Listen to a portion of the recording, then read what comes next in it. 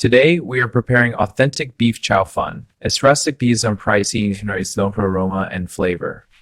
Slice the beef thinly against the grain for maximum tenderness. Marinate it with light soy sauce, a small amount of cornstarch. Carefully separate the wide rice noodles to prevent breakage. Fresh noodles are ideal, but if using refrigerated noodles, allow them to reach room temperature before cooking. Heat the wok until it begins to smoke evenly. High heat is essential to achieve the signature smoky flavor known as Wok Hei. Add the beef in a single layer. Sear quickly without overcrowding. Stir fry just until the beef is almost cooked, then remove it immediately to prevent overcooking. Add minced garlic and stir briefly until fragrant. Return the noodles to the wok and gently toss them, allowing them to absorb the aromatic oil. Pour in light soy sauce for seasoning and dark soy sauce for rich color. Add fresh bean sprouts for crunch. Toss everything quickly over high heat. Return the beef to the wok and add chopped green onions. Toss vigorously to combine. The noodles should develop a slight char while remaining tender. Authentic beef chow fun is all about balance. Tender beef, silky noodles, crisp sprouts, nam.